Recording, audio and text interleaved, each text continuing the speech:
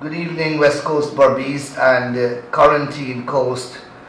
Good evening and welcome once again to another edition of this program, Issues in the News, where, as you know, we discuss the important events which would have taken place in our country over the last week or so. Last week I was absent as I was in Canada, and I am sure that you would have enjoyed my two comrades, the Deputy Vice Chairman of the region, Dennis DeRoop, and Comrade Adrian Anamaya, Attorney at Law and Member of Parliament for the People's Progressive Party.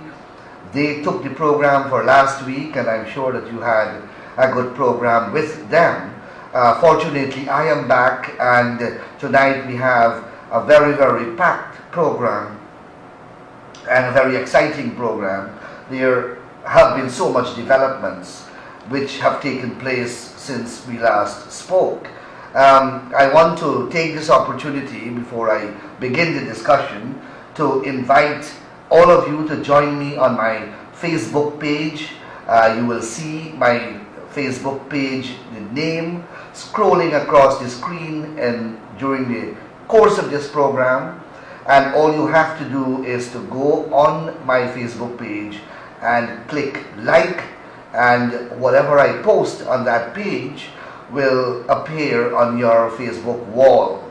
I want to say also that many leaders of the PPP have Facebook pages, and I invite you to join them as well, because we have to find every conceivable method to disseminate information out there and to stay connected with each other.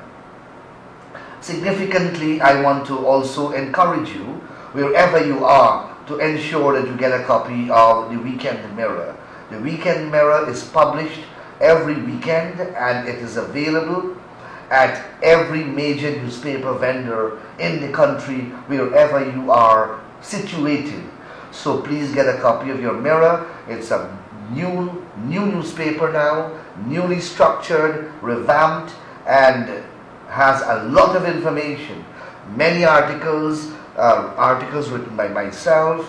You have the General Secretary's statements to the press. You have articles by Comrade Donald Ramatar. You have publications from the opposition leader. So it's a packed newspaper, and please ensure that you get a copy of that newspaper.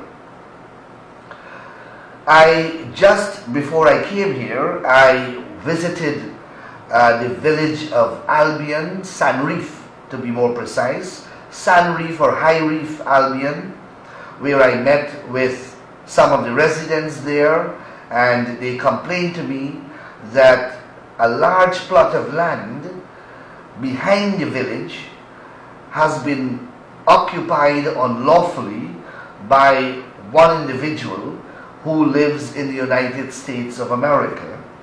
This plot of land, as I understand it, measures approximately 150 acres in circumference, and it's occupied by this gentleman who claims that he has a right to do so, but the NDC has no record that he has been issued with any form of document which authorizes him to occupy this land.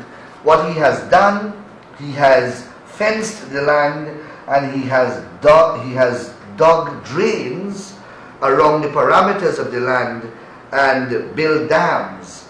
And these dams and the drains or trenches which he has dug are causing the entire community to flood. It's affecting the community's draining system. And also, he has fenced off this land, and this land originally was used by the residents to graze their cattle, to graze their sheep, and to graze their goats.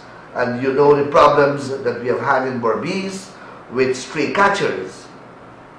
So this vital piece of land that was there reserved for the residents to graze their animals have now been overtaken and fenced off by this individual, and he is threatening the residents with violence whenever they go in close proximity to this land. I invited my camera guy to come there, and we have some footage with the chairman of the Kilcoy Albion NDC and councillors and the residents.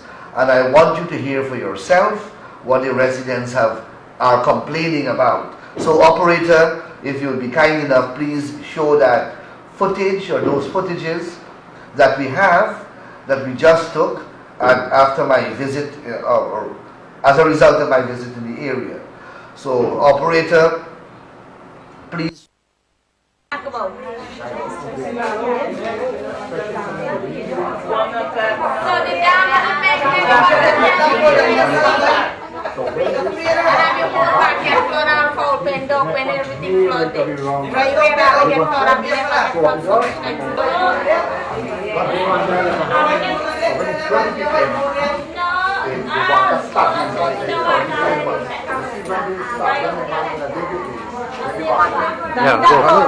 Now, this is the chairman of the Albion Kilcoy NDC. This comrade is a councillor, and this is a respected elder. And all these people here are residents of this community, and they are all affected by a singular issue. And I would like the chairman to speak to explain what is the nature of the problem affecting the life and welfare of all these people. First of all, the land in contention is approximately 150 acres. This land was a rice land before, and then after it was abandoned for rice, the residents used to use it for pasture, for their cattle, the sheep, goat would be grazing there, even ducks and so on. But what has happened recently, a few months back, there is a guy whose name is David Sicharan. He claimed that he has ownership for this land, but he hasn't provided any document of sort for us to verify whether indeed he is the owner of the land. But what has happened is that he has built a dam around the land, he has fenced it, and he has blocked the drainage that these people at Sandreef used to be having. So what happened during the last rainy season was that the entire Sandreef was flooded because the water could not have been drained through that area anymore. Let me ask you a couple of questions. How long this man has been in occupation? It's just about a year now. About a year now? Yeah. Now, it's about 150 acres of land. The NDC, has the NDC taken any steps to address this issue? Well, we go, myself and the overseer go, and we serve him a notice. You served him a notice? Yes. When was that? So about 2 months back. 2 months back. What did the notice say? That he have to he get so much days to vacate from the land. And those days would have expired? Already expired. Did he vacate? No. So then he bring a piece of paper long about this, and the top not square, neither the whole paper not square, and he show that he get this land from somebody, and his signature was Peter Passad at the bottom. That letter was actually typed out. Who is Peter Passad? I can't. Well, when Peter Passad been the Albion estate manager. Used to be the estate manager. And he been threatened. Yeah, and he threatened us and that we can do away with it. But when we come out now, me and the overseer said that the paper them have no value. Okay. The NDC has no record of to that land with regards to it. Is anyone paying rates and taxes at the NDC for that land? No. No. Okay. It's a pasture land. All right. It's people housing. Are you satisfied? Why not you complain? Okay, good. When do you complain? Good, thanks. Thank you. To meet with me, and we are going to address this issue, and hopefully we can find some solution to it. Alright? Please permit me to leave. I have to go to Alness to talk to that man, and then watch me send it back. Yes. Every night I watch.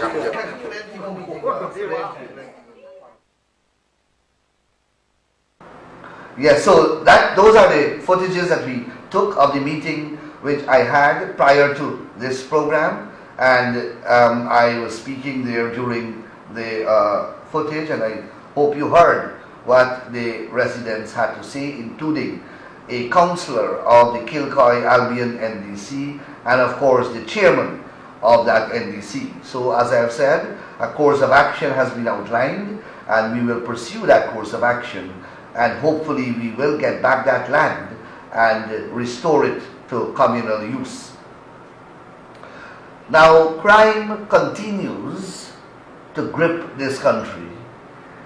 The Minister of Home Affairs continues to say that crime is declining. The police continues to release statistics to support the minister's contention. And the country knows that there is an incessant increase in crime, and that this increase is increasing every single day. Criminals are now stalking the length and breadth of this country, not only during the nights, because people have become more careful now and they are securing their homes. They are going into their homes earlier than usual. So it is becoming a little difficult for the criminals to operate in the night. But the criminals have changed their modus operandi, and they are now operating in broad daylight. So at 9 o'clock in the morning, 10 o'clock in the morning, right along the east coast of Demerara, west coast of Demerara, east bank of Demerara, and I am sure right here on the Quarantine Coast and in West Coast Berbice, criminals are running into people's home and are robbing them. Criminals are robbing security guards. Criminals are robbing farmers in the rice fields. Criminals are robbing people at every point during any hour of the day. And a large percentage of these incidents are not reported to the police. Hence the fact that the statistics which the police are releasing cannot be accurate, because they do not capture a large percentage of these occurrences. People no longer report these matters to the police. So the police information has become flawed, and the statistics which the police discloses are not accurate anymore. I just came from Alness village on the quarantine here, and I met with a businessman, Mr. Jacob Mutu, who owns a grocery at Alness village on the public road, just at the side of the public road. His home is upstairs, and the front lower part of his building is where he carries on the business of a grocery store. As I said, it's on the public road, on the southern side. Bandits went there Saturday night. They climbed on top of his zinc roof, which is the roof of his shop, to gain access to his bedroom window. And this roof is right alongside the public road. They equipped themselves with a 6 feet in length 4x4 Green Heart or Wallaba. 6 feet in length, 4x4 in dimension. And that is what they armed themselves with, and hit out the grill on the bedroom window with just 4 lashes. 4 lashes, and they were able to break out the grill from the man's bedroom window right outside, right at the side of the public road, where cars are passing up and down, and that is how they entered the premises. They entered the house, the building. And I want to salute Mr. Mutu, because Mr. Mutu armed himself with a cutlass and fought for his life. He defended himself and he defended his property and his family in the face of armed bandits, and all he had was a cutlass. They fired, I think, 4 bullets at him, missing him in the area of his head and chest by mere inches. But he did not succumb. Like a real Madrasi, he stood up with his cutlass and defended himself against the bandits. He was situated in a corner of the house where they couldn't have seen him, and they couldn't come out, they couldn't come forward, because as soon as they stepped forward, he fired chops. He fired chops. As a result, they were unable to harm him or his family, and they left with some money, and they took cell phones, etc. But I want to salute the Mutu family, in particular Mr. Jacob Mutu, for his courage and for his valor, and for the fact that he stood up like a giant and fought off with a mere cutlass armed bandits. He should be saluted for his efforts, and the police force should reward this individual. The Minister of Home Affairs should salute this individual, and the police force, Mr. Ramnarayan, he's a Barbician, making a lot of statements in the press. Well, I'm calling upon Ramnarayan, the Commissioner Acting of Police, a Barbician, and Mr. Kemraj Ramjatan, the Minister of Public Security, a Barbician, to give that gentleman a firearms license. Again, I repeat, because of his courage, because of his valor, because of what he and his family went through, this man should be rewarded with the grant of a firearms license. First of all, he qualifies for it, because I know the qualifications. He's a businessman, he appears to be an upstanding citizen, and he seems to be a level-headed person. Was he not a composed, mature-minded individual, he could have never reacted the way that he did to protect himself and his family. And therefore I call upon the commander, if he's watching me, to communicate to the assistant commissioner, not assistant commissioner, the acting commissioner of police, and the Home Affairs Minister, the Public Security Minister, to grant to Mr. Mutu a firearms license immediately, I will meet Ramjatan in the Parliament this Thursday, and I will raise it with him. If I get an opportunity to speak to Acting Commissioner Ram Narayan, I will raise it with him as well. But what is unfortunate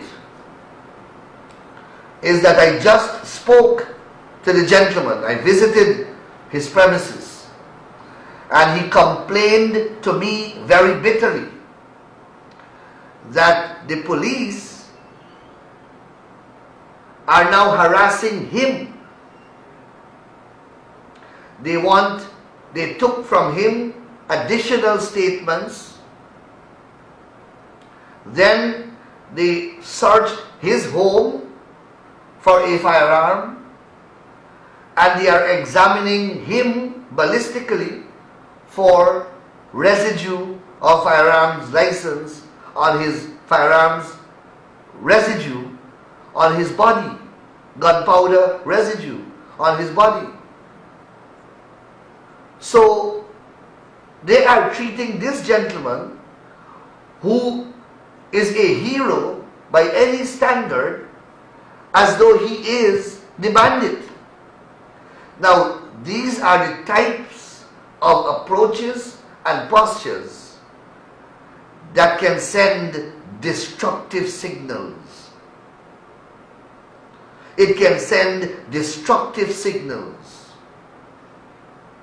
Some of those signals are, one, that the police are harassing victims of crime, that the police seem to be acting in the interest of the bandits and not the victims,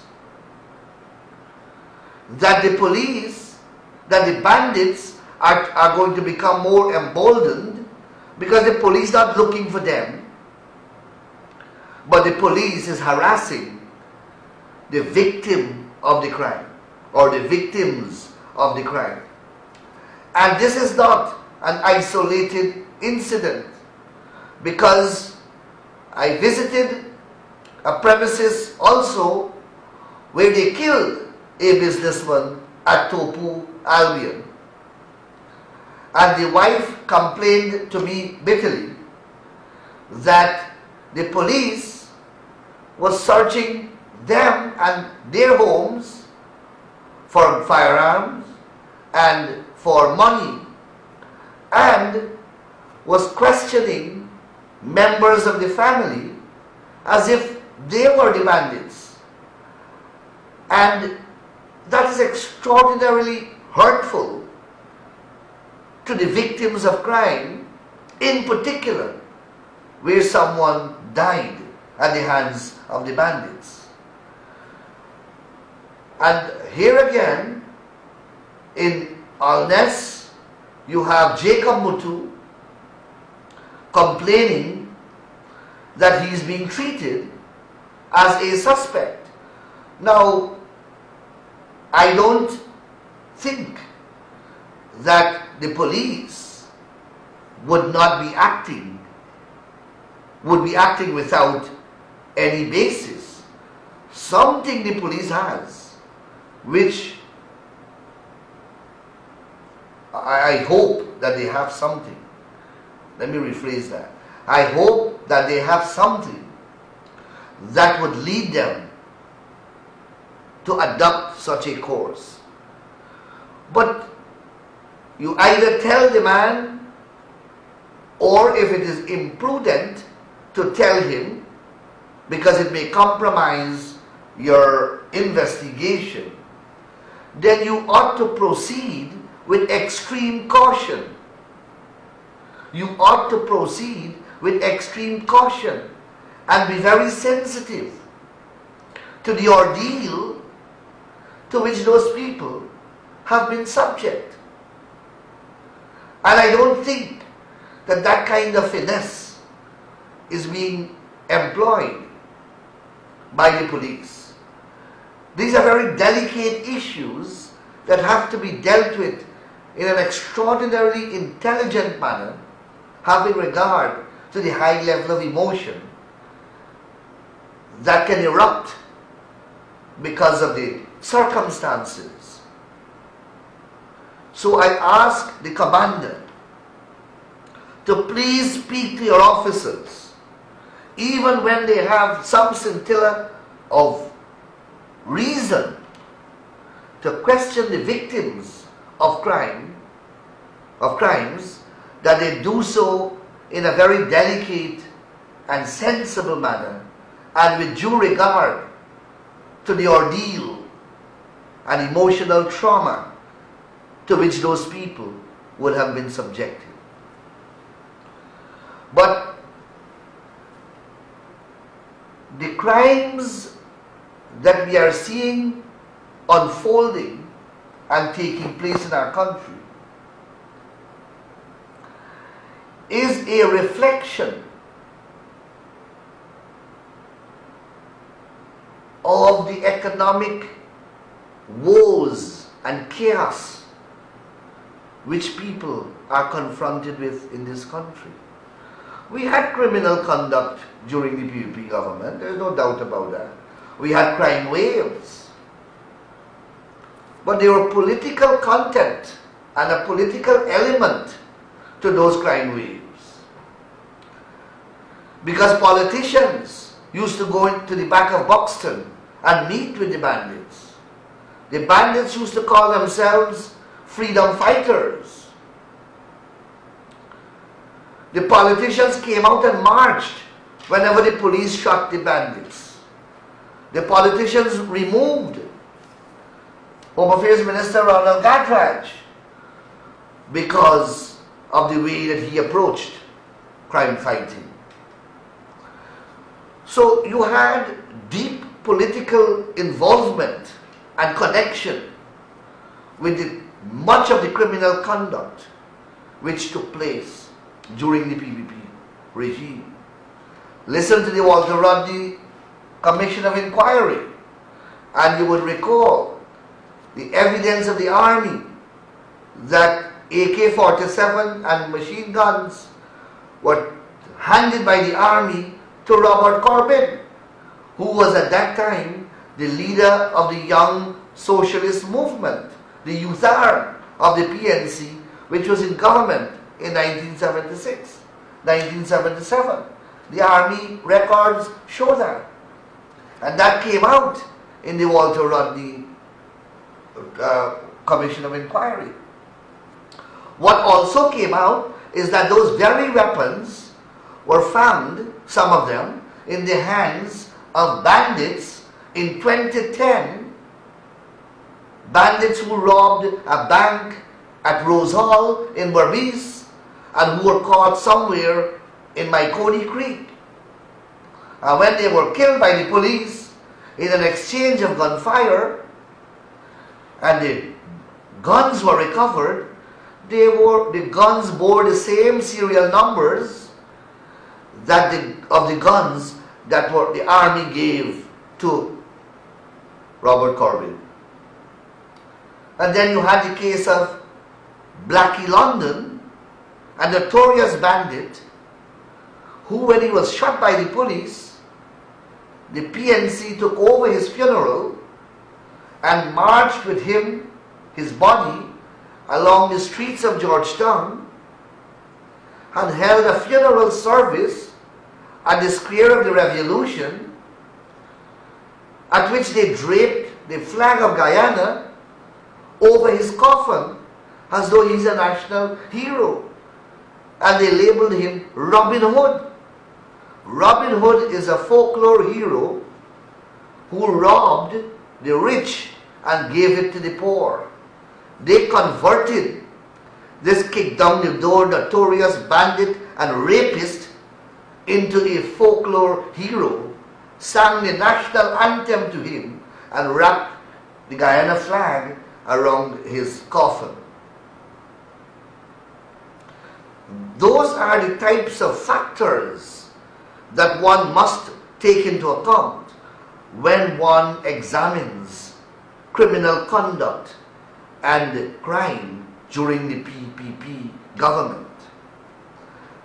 But what do you have now? you have the president pardoning convicted criminals and misleading the nation by telling them that only young persons convicted of non-violent crimes are going to be pardoned. And when we found out that that is not so, because hardcore criminals serving sentences for armed robbery have been pardoned. So in the face of all this criminal conduct, you have a president who is pardoning criminals as a matter of policy, not as an isolated event, but as a matter of policy. Over 75 or 80 persons have already been pardoned. Criminals, convicted criminals. And then no one knows how these people are selected for pardoning,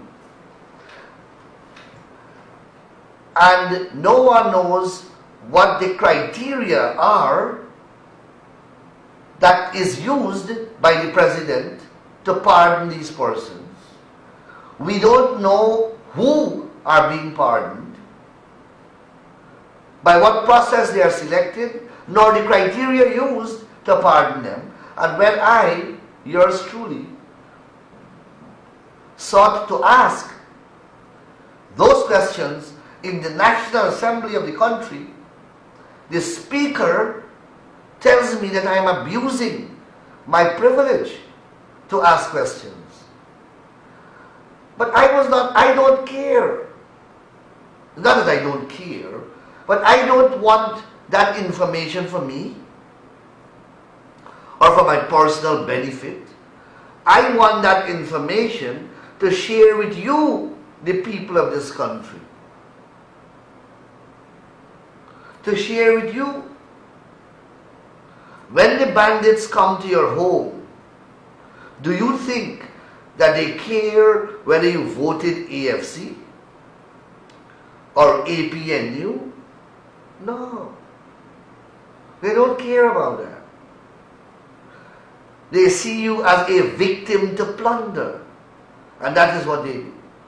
They plunder you to take away what you have. And I am arguing that one of the major reasons for the incessant increase in criminal conduct, violent criminal conduct and robberies over the last year is the state of the economy. None of the sectors, none of the productive sectors are performing. And this government is in a coma. The economy has fallen into a coma, and so has the government. So there is no one to bring the economy out of a coma. So rice is stagnated, the rice sector is stagnated, the sugar sector is stagnated, the forestry sector is stagnated, the bauxite sector barely surviving, the small miners are running and going out of business. The only companies performing are two large Canadian gold mines. The construction industry is dead. Look around you. Nobody building anything. Nobody buying anything. So commerce and trade is dead. I speak to businessmen every day, every single day, right across the length and breadth of this country. Businessmen who used to bring to this country 20 and 24 containers per year, 40-foot containers, which is about 2 40-foot containers per month they used to import into this country of goods. They are not even importing 10 per year anymore. Their business, their trade has declined by more than 50%. And therefore, not therefore, but another staggering phenomenon taking place is that at the customs, at the wharf, at the various wharves in the country, customs officers are conducting 100% examination of containers, every single container. And they are rejecting invoice values, and they are substituting their own values for the goods imported, thereby raising the duties. So when you used to pay, when a businessman paid $4 million or $2 million to clear a container, 3 years ago, he now pays $4 million. You know what that means? The businessman is not going to bear the loss. He's going to pass it on to the consumer.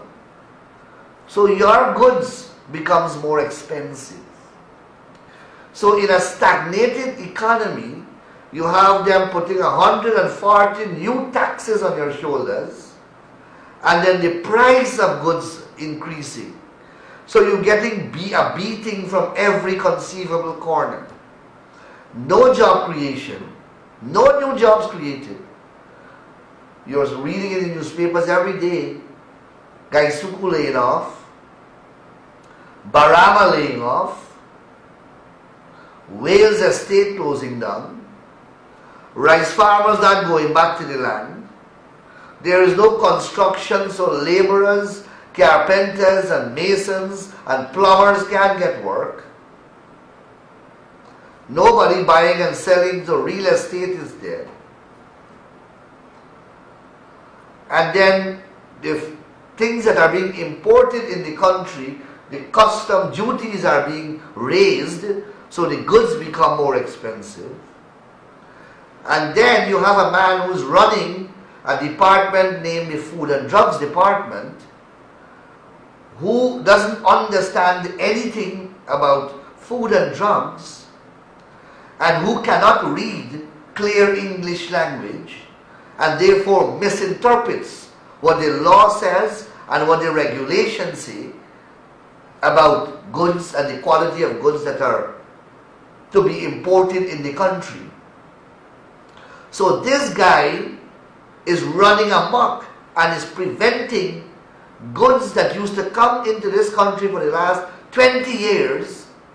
He's preventing them from coming into the country, and they are perishing at the wharves because he's not giving the green light for the customs to clear the goods. I can tell you that 6 containers of milk, of powdered milk, 6 containers of powdered milk and condensed milk are going to be dumped at the end of this month because the Food and Drugs Department not permitting these containers to come into the country.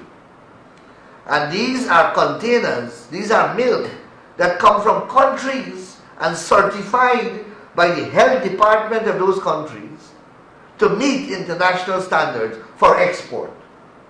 You think a large multi-billion-dollar company would jeopardize its integrity by sending 1 container of spoiled milk to a country like Guyana?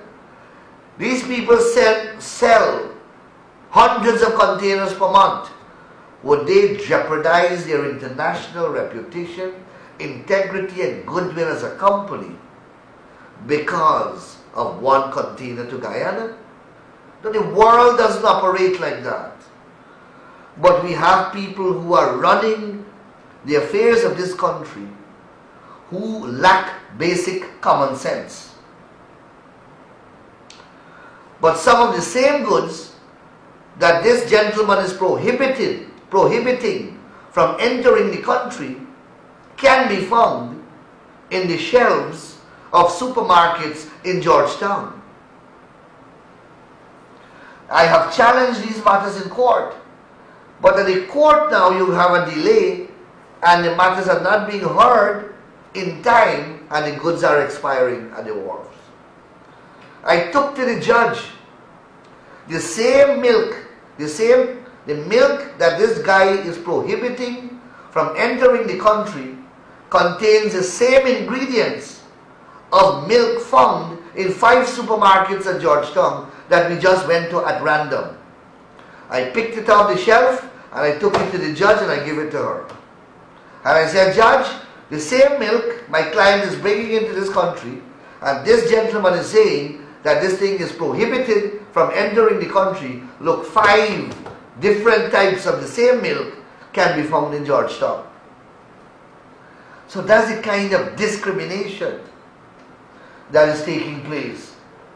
And the combination of all of these factors, crime, non-production, no investment, no new jobs, high rate of dismissal, the cumulative effect of all of that is economic stagnation and our country sliding backward.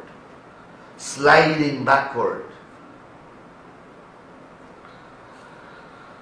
Another issue that I want to talk about is this $5 million US that seems to be missing. You may know that while we were in government, the government sold its shares in GT&T, the telephone company.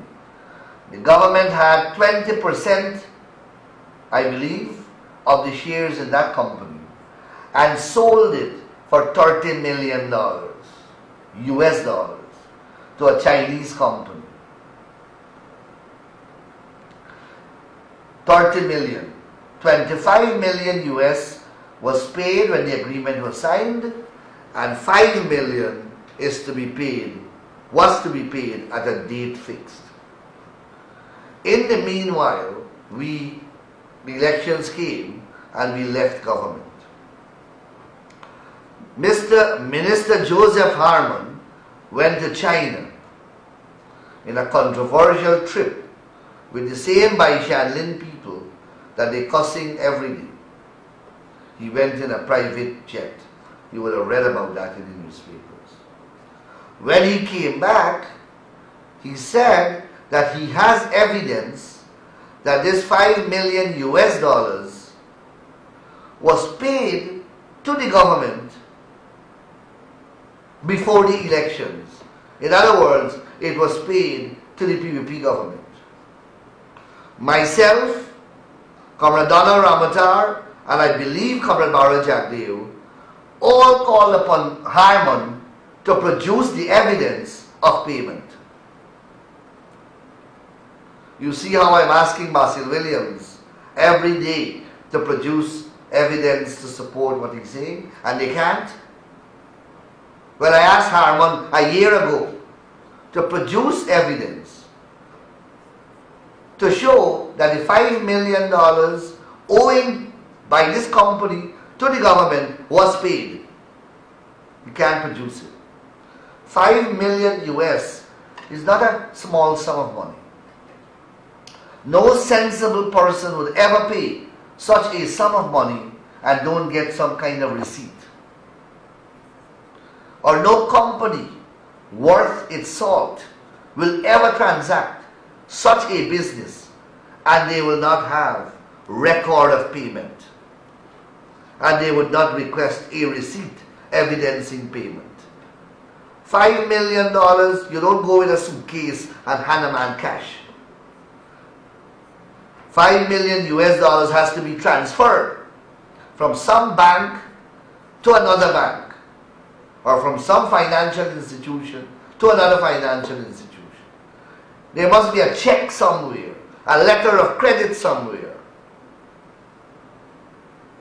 Mr. Harmon, up to now, over a year, cannot produce the evidence that this money was paid. What we have had since is him kicking this issue between him and NISIL He's saying that NISIL should know about the matter. NISIL should know about the matter, that's true, because NISIL did the transaction. Fortunately, NISIL came out and said that no such money was ever paid. And this is NISIL headed, NISIL under this government, not Brassington NISIL. This government NISIL, Maurice Odell, is the head of NISIL. He's a leader of the WPA. And he came out and said, contradicting Harman, that no such money was paid. So what is Harman talking about? Or is it that somebody in this government received the money and siphoned it off? And Harman made it public by mistake. Is it that what is going on? Because NISIL did receive the money. Harman is saying the money was paid. The money was not paid under our government. The money must have been paid under this government. And Harman is saying that he has evidence of the payment. Well, show us the evidence. Show us the evidence. Don't show me. Show the public the evidence. Show your friend, Kaichor News. Show Adam Harris the evidence. So, comrades, a lot of things are taking place in our country that we need to highlight. Two other issues that I want to deal with quickly before I go to the phone is that you may know that the last batch, I believe it's the last batch of our doctors have returned from Cuba, all went under the PBP. 80 of them are home a year now. 80 doctors in a country like Guyana where we have a shortage of medical personnel. 80 doctors have returned from Cuba and cannot be placed into the healthcare system. Can you believe that? Young people frustrated. I met with a group of them, I spoke to some of them on the telephone. They are completely frustrated. They spent 7 years of their lives to study. They are anxious to serve their people and to serve their country. And they are at home. And this government does not have the competence to place these 80 doctors into the system. There was one time when we took government, prior to 1992, that the entire healthcare system of the country had 80 doctors. The entire public healthcare system of Guyana, the entire public healthcare system of Guyana had 80 doctors when we took government. Today, we graduated 80 doctors and then left government, and these incompetent pack of people can't find place or don't know how to put them into the public health system, and you have people lining up at health centers throughout the country and can't see a doctor. I don't know what these people can do right. Honest to God, I don't know. Even when they do something wrong, they can't do it. They're doing wrong things wrong. So Basil Williams trying to compulsorily acquire people's property, he did it wrong. So even the wrong things, they're doing wrong. I have never seen a collection of misperformers like these. There is not a silver cloud, a silver lining on this dark cloud. And this brings me to the last topic that I want to talk about. You know, when they were in the opposition and they controlled the 10th Parliament by a 1-seat majority, you would have heard me say, and you know for a fact, that they cut our budgets using their 1-seat majority. They cut our budgets. You know, they claim that they won the elections and they are in government. And you know that they are now cutting their own budgets? They are in government and they are cutting their own budgets. That's the point I am making to you. I'm sure that most of you don't understand what I'm talking about. You can't believe it. None that you don't understand. They are in government and they are cutting their own budget. They passed a law that certain constitutional agencies like the DPP, the Supreme Court, that's the judiciary, the Parliament Office, the Auditor General, and a whole host of important constitutional agencies, they passed a law that say that these agencies must submit their budget to the Parliament and not to the Ministry of Finance. And that the Parliament will put that to us during the budget time. But a copy must be sent to the Minister of Finance. And guess what? The Minister of Finance cutting the people's budget. So this whole talk, they said that they're going to change the law because they want to give these agencies financial autonomy. A big word. All it means is that these people must be allowed to prepare their own budget, come up with their own expenditure, and then must present that budget to the Parliament through the clerk of the National Assembly. And the Minister of Finance has nothing to do with this. The Minister of Finance calling in the budget and cutting them one by one. The Judicial Service Commission, a very important body that is responsible for the appointment of judges and magistrates and the disciplining of judges and magistrates. That institution submitted $15 million as its budget for 2017, and these people cut out 5 out of 15 million. Can you believe that? You cut an agency budget by 1/3. It is so small in the first place. 15 million only. And out of that, you're taking 5 million? And how do you want us to get speed in the judicial system? They cut both the capital and the current budget submitted to them for the judiciary by the Chancellor. They cut it by $200 and something million. The budgets are small in the first place. And yet you would hear the Attorney General foolishly talking about judicial improvements when they are cutting people's budget. But guess what? They are cutting these important budgets, but they have time to hold a dance in New York. They have money to hold 50th Jubilee celebration here in Georgetown, build a white elephant at Durban Park for $2.5 billion, hold a massive inauguration ceremony at the stadium. Up to now we don't know what that cost. Clean up Georgetown night and day. They have money to hold a dance in Brooklyn and one in Miami.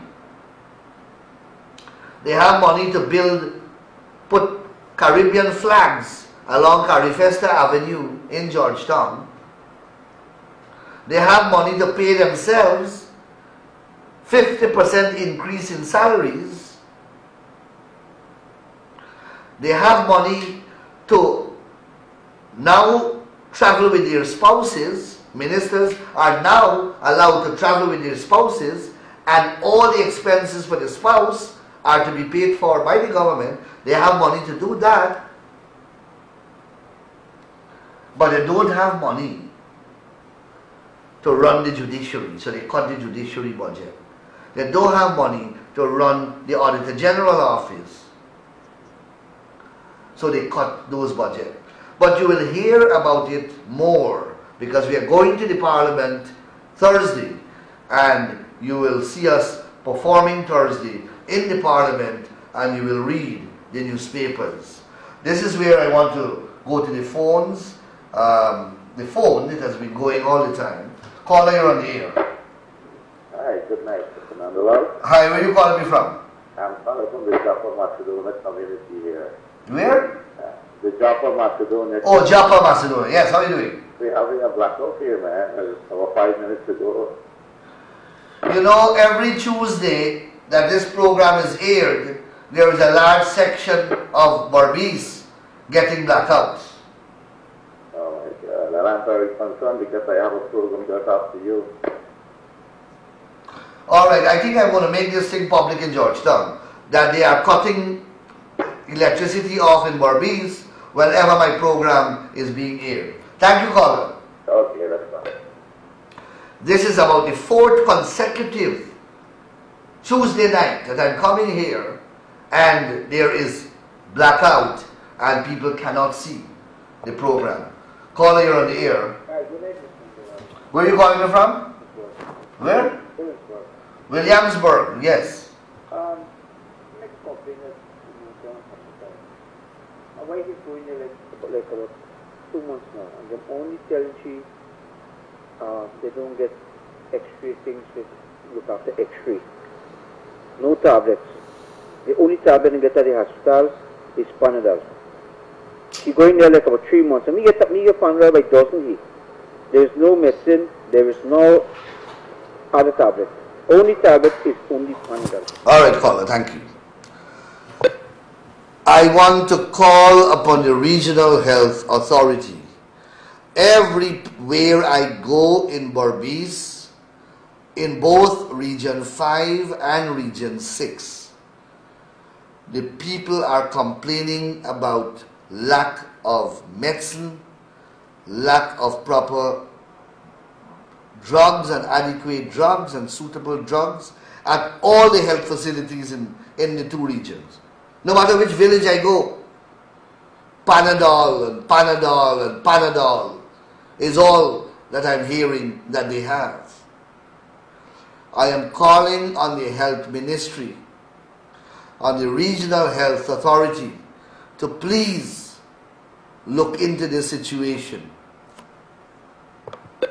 Caller, you're on the air. Hello, good night, Panadol. Good night. Where are you calling from? Left Kenny Village. Letterkenny. Yes. What's going on? Everything good so far, but little crime rate and thing. When this scene don't happen with the bandit, then them patrollers come. When them conduct time, but they never come direct time when one scene happen. I know. All right. Find them. Good point, caller. Good point. You know, the caller has really raised a very interesting issue. I can't recall over the last 5 years a patrol passing in any community while bandits are on the attack. Never. Is that a coincidence? I don't know.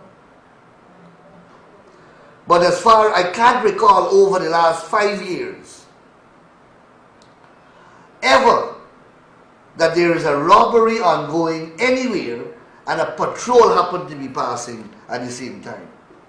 Never happened. Is that a coincidence? I am not sure. I don't have any evidence to suggest. Caller, you're on the air. Hi, good night. Good night. Sir, I called to give you a complaint. Yes? In Sportsman Bongyard, we get a workshop down there, by name Vishal. That guy, both sides of the road, he parked up them old down vehicle. He gets on the street, on the fence side, he gets one of the vehicle old. When you pass out there, you can't pass. You got to stop. Car, bus, all across the street. And he can't, and we going several times NBC. Nobody doing anything, sir. Alright, Vishal. Okay, good. Thank you. I am calling on the regional authorities, regional chairman, Dennis DeRoop, vice chairman, and the NDC of the Port Morant area. There is a gentleman named Vishal who has a workshop and is encumbering the pavement, the public pavement, or the government reserve. No one has the authority to do so. The NDC has the power to file a summons in the magistrate's court against that. We have to start to do this. Take people to the court if when you speak to them, they are not prepared to cooperate and comply with instructions. That is the purpose of the NDC. Caller, you're on the air.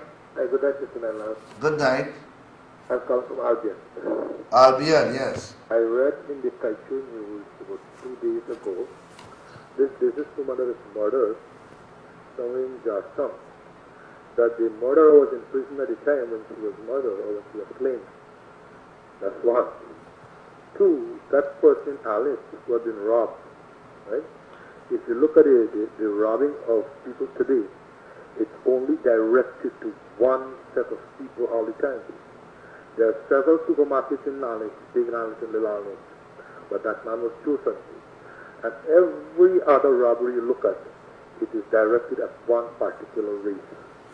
This is a deliberate act, I feel, that is being committed on us. Thank you. Well, this caller has raised a very, very thorny issue. The caller is contending that if you look at the victims of criminal activities, the victims are largely of one ethnicity. And that is a consistent pattern. Only one set of people are getting robbed in this country. The caller argues that Alness, the village, has several supermarkets, but only that one has been robbed. And it is the second time that he was robbed. It is not a point that we should sweep under the carpet, but we should discuss this. Because one person, one set of people, cannot continue to be the victims of crime in this country. And when you look at the perpetrators, then you see another pattern. And we have to start to discuss these issues openly. And callers, this is where I am forced to say goodbye to you.